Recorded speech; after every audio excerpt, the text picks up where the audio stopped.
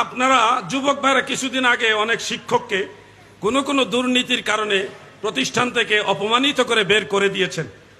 আপনাদের বিবেকে সাড়া দিয়েছে, আমার এই স্যার আগে দুর্নীতি করছে, এই জন্য স্যারের জুতার মালা পর্যন্ত পরায় বের করছেন। আপনারা অনেক জায়গায় উত্তম মাধ্যম দিয়েছেন। ওরে মাইর রে, ছাত্র কয়দিন আগেও তার ওই উস্তাদের কাছে পড়েছে, আর এই উস্তাদরে যেই সিস্টেমে মারতেছে মনে হয় যে বক্সিং খেলতেছে।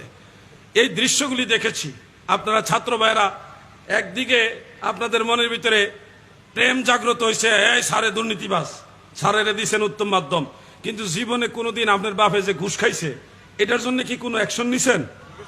তাহলে অ্যাকশনটা তো তাহলে সঠিক হইল না। অ্যাকশনটা ঘরেও থাকতে হবে, বাইরেও থাকতে হবে। সারেরে নরম পাইয়া সবাই মিল্লা দিলেন ধুলাই।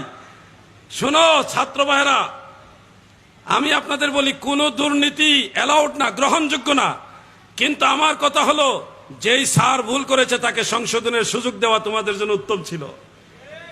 অনুরোধ করা, রিকোয়েস্ট করা তোমাদের জন্য উচিত ছিল। তোমরা যেটা করেছো অনেক বড় ভুল করেছো। যদি স্যারের কাছে ক্ষমা না চাও, দুইটা জায়গায় যদি তোমরা ভুল করো, তোমাদের দুনিয়া এবং আখেরা দুইটাই বরবাদ হবে।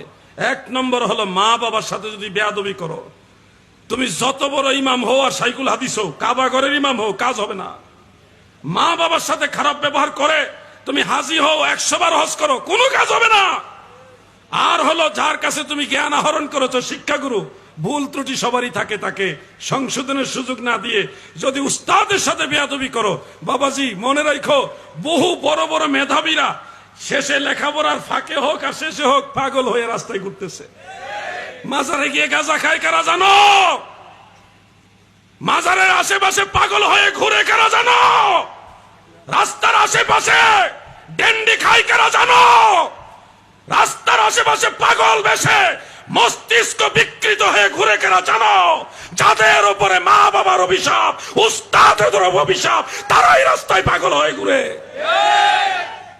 খবর নিয়ে দেখো, তোমাদের শেষ পরিণতি ক্ষতিগ্রস্ত হোক আমরা চাই না। এই জন্য মা বাবার সাথে দুর্ব্যবহার করবেন না, করে থাকলে মাপ চেয়ে নেবেন।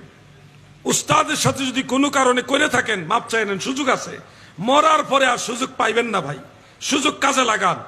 সবাই মিলে যে কোনো ভালো কাজ করেন, ঘরেও করেন, বাইরেও করেন। আমরা অন্যায় করব না, অন্যায়কে প্রশ্রয় দিব না, ন্যায়সঙ্গত ভাবে। এই অনুরোধটা আমি সবাইকে করলাম। বেজার হয়েছেন? এবার আমি 2-3টা মাসালা বলি, আলোচনা শেষ করে দেব ইনশাআল্লাহ। যে 2-3টা মাসালা বলবো এগুলি হলো নামাজ সংক্রান্ত। আমি এই চট্টগ্রামে আসার পথে কয়েকজন আলেমের লেকচার শুনেছি, এবং এই লেকচারের যে কমেন্টস বক্স এগুলি আমি চেক করেছি।